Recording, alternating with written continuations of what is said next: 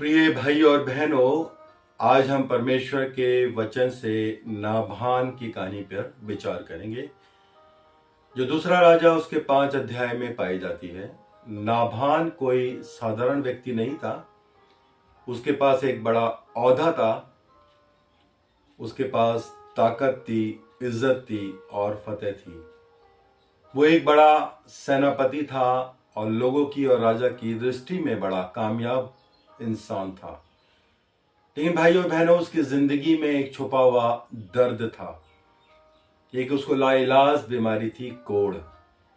और ये सच्चाई है, कोढ़ किसी के रुतबे को नहीं देखता, दर्द पद और मकाम का लिहाज नहीं करता। आज भी बीमारी, परेशानी और टूटन ये नहीं पूछती कि आप कौन हैं, कितना आपका नाम है, कितना आपका बड़ा ओहदा है। इसलिए नाभान चंगाई की तलाश में आया। लेकिन ध्यान दीजिएगा, वो नम्रता के साथ नहीं आया। वो उम्मीद, अहंकार, अपेक्षा के साथ आया। और वो सोच रहा था कि नबी बाहर आएगा, उसके जख्मों को छुएगा, हाथ उठाएगा, दुआ करेगा और एक बड़ा चमत्कार होगा। लेकिन परमेश्वर ने क्या किया? परमेश्वर ने नबी के जरिए सिर्फ इतना कहा कि जाओ, यरदन नदी में 7 बार स्नान करो। एक साधारण सा आदेश, एक सादा सा आदेश, इतना छोटा कदम। और यही बात नाभान को नागवार गुजरी, उसे बहुत बुरा लगा। वो सोचने लगा, मैं इतनी दूर से इतनी लंबी यात्रा करके आया हूं। उसका घमंड जो है वो आहत हो गया। लेकिन प्रियो, एक बहुत ही अच्छी बात वहां पे हमें पढ़ने को मिलती है कि एक उसके छोटे से कर्मचारी ने उसको राय दी कि अगर नबी ने तेरे से कोई बहुत बड़ी आज्ञा दी होती तो तू वो पालन करता ना। जब उसने छोटा सा कहा है, सादी सी बात कही है, तो क्यों नहीं उसको करता।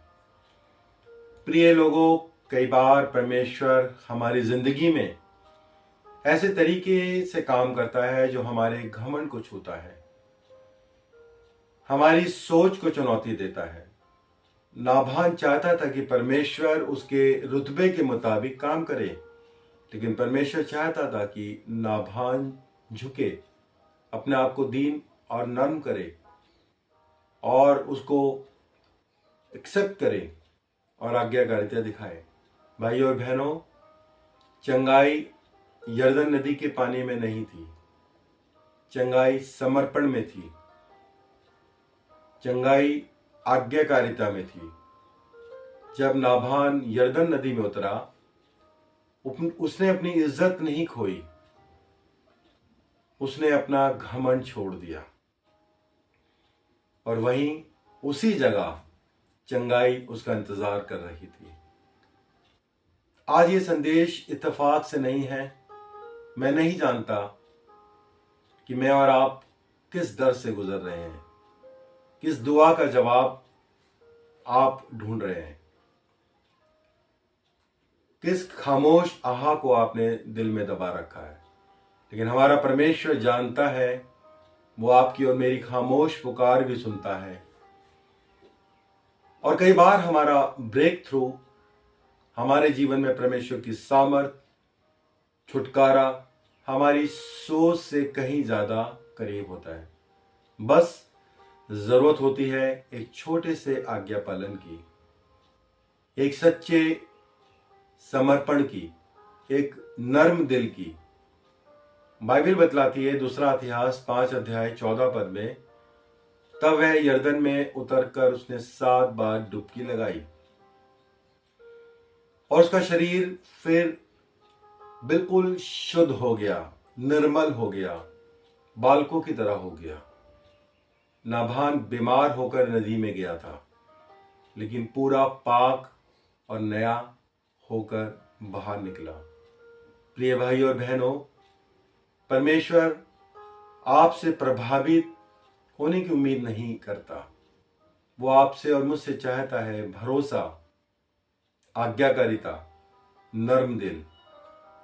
याद रखिए, कभी कभी चमत्कार या सामर्थ्य शोर में नहीं होता, वो आज्ञा पालन में होता है।